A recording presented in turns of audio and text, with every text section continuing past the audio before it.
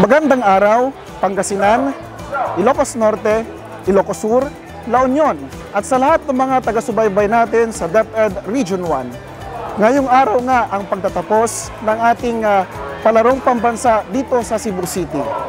Ngayon, panoorin muna natin ang inihandang highlights ng media team.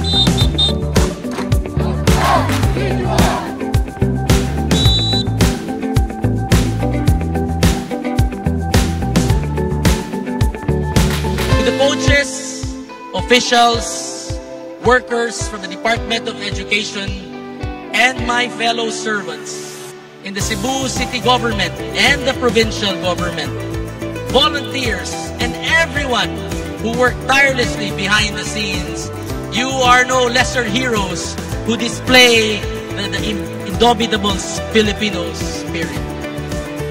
As we pay tribute to the victories of the athletes, allow me to give my salute to the countless men and women who share their time, talent, and energy to make these games truly remarkable.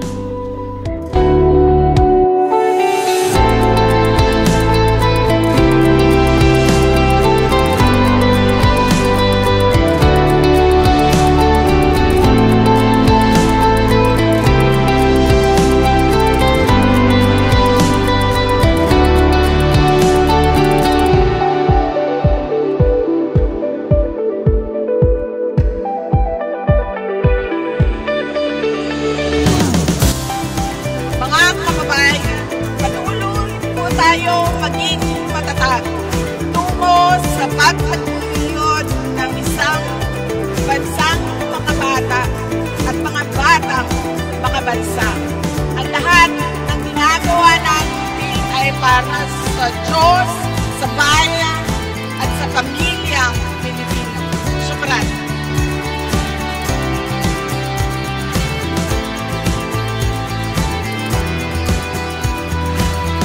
Ang pangako ko po sa DepEd at sa inyong lahat, Ilocos Norte will be ready to welcome you all for Palarong Pambansa 2025.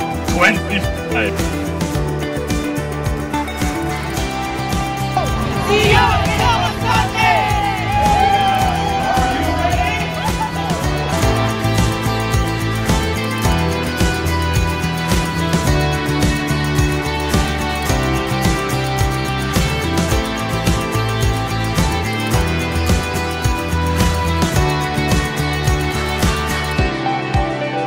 Sa ngalan ng media team ng Region 1, kami po ang inyong mga nakasama.